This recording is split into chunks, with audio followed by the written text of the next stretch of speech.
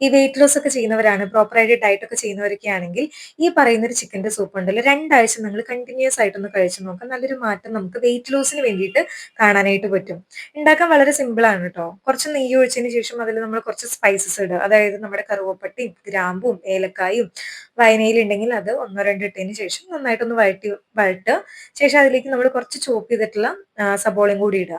എന്നിട്ട് അതൊന്ന് വഴണ്ട് വന്ന് വരുന്ന സമയത്ത് നമ്മൾ കഴുകി വെച്ചിട്ടുള്ള ചിക്കനും കൂടി ആഡ് ചെയ്തിട്ട് കുറച്ചൊന്ന് ഒന്ന് മിക്സ് ചെയ്ത് കൊടുക്കുക. എന്നിട്ട് കുറച്ച് മഞ്ഞൾപ്പൊടി ഉപ്പിട്ടിട്ട് നന്നായിട്ടൊന്ന് വഴറ്റിയെടുക്കുക. എന്നിട്ട് അപ്പോഴത്തേക്ക് നമ്മളൊരു പേസ്റ്റ് ഉണ്ടാക്കി വെക്കണം. ഈ പേസ്റ്റ് ആണ് ഇതിൽ കുറച്ച് ടേസ്റ്റ് കൂട്ടുന്നത് പ്ലെയിൻ ആയിട്ടുള്ള സൂപ്പിനേക്കാൾ. അതിനായിട്ട് നമ്മളൊരു മിക്സിയുടെ ജാറിൽ കുറച്ച് സബോളയും ഇഞ്ചിയും വെളുത്തുള്ളിയും ജീരകവും കുരുമുളകും പിന്നെ പുതിനയിലയും, പുതിനയിലല്ല മല്ലിയില, പുതിനയില ഉണ്ടെങ്കിൽ അതും ഇടാൻ കുഴപ്പമൊന്നുമില്ല. മല്ലിയില ഇട്ടിട്ട് കുറച്ച് വെള്ളം ഒഴിച്ചിട്ട് നമ്മളൊരു പേസ്റ്റ് രൂപത്തിലാക്കുക. എന്നിട്ട് ഈ ഒരു പേസ്റ്റ് ഇതിലേക്ക് ആഡ് ചെയ്തിട്ട് നന്നായിട്ട് മിക്സ് ചെയ്ത് കൊടുക്കുക. എന്നിട്ട് നമ്മുടെ വെള്ളം എത്രത്തോളം വേണമെന്ന് വെച്ച് കഴിഞ്ഞാൽ നമുക്ക് ആവശ്യമുള്ള വെള്ളം ഒഴിച്ചിട്ട് കുറച്ച് ഉപ്പും കൂടി ഒഴിച്ച് നന്നായിട്ടൊരു ഒരു വിസിൽ അടുപ്പിച്ചിട്ട് നമുക്ക് കുറച്ച് നേരം ഒന്ന് അടച്ച് വെക്കുക. വിസിലൊന്ന് ഫുള്ളായിട്ട് അതിന്റെ എയർ പോകുന്ന വരെ.